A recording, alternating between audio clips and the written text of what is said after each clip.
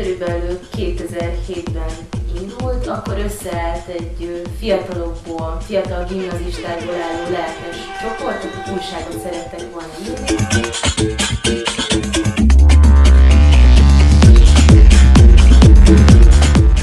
És aztán 2008. februárja körül szerencsésen találkoztunk a Keret Egyesülettel, akik Győrben működnek, és ők mondták, hogy létezik az Európai Uniónak a Fiatalok Lendületben projektje, és mi erre beadtuk a pályázatot 2008. júniusa környékén, amit 2008. júliusában megnyertünk, és ezáltal 2008. szeptemberében elindulhatott az újság. Ez a támogatás körülbelül egy évre szólt, és ez azt jelentette, hogy 12 lapszámot ki tudtunk adni, tehát havonta jelentjük meg.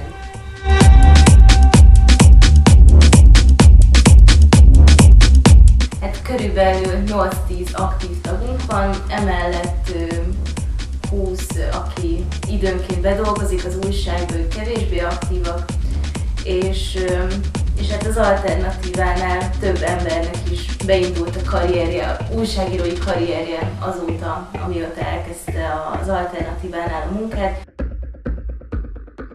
Csináljuk a honlapot, a cél az, hogy naponta legalább egyszer vagy többször tudjon frissülni az oldal, próbáljuk minél inkább színesíteni, minél több témával foglalkozni, próbálunk minél nyitottabbak lenni, és minél több rendezvényre eljutni, minél több interjú alannyal találkozni, és szeretnénk újból két verziót.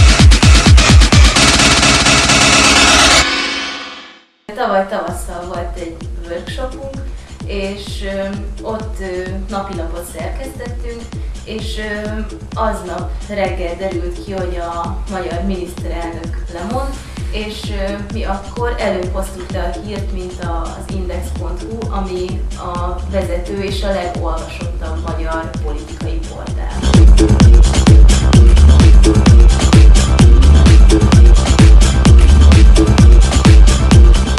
Az volt a legkritikusabb pont, amikor lejárt az EU-s támogatás, és hát egyszerűen elfogyott a pénzünk arra, hogy print verziót csináljunk.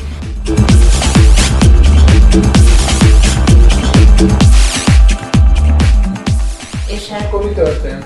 És hát ekkor úgy döntöttünk, hogy készítünk egy honlapot.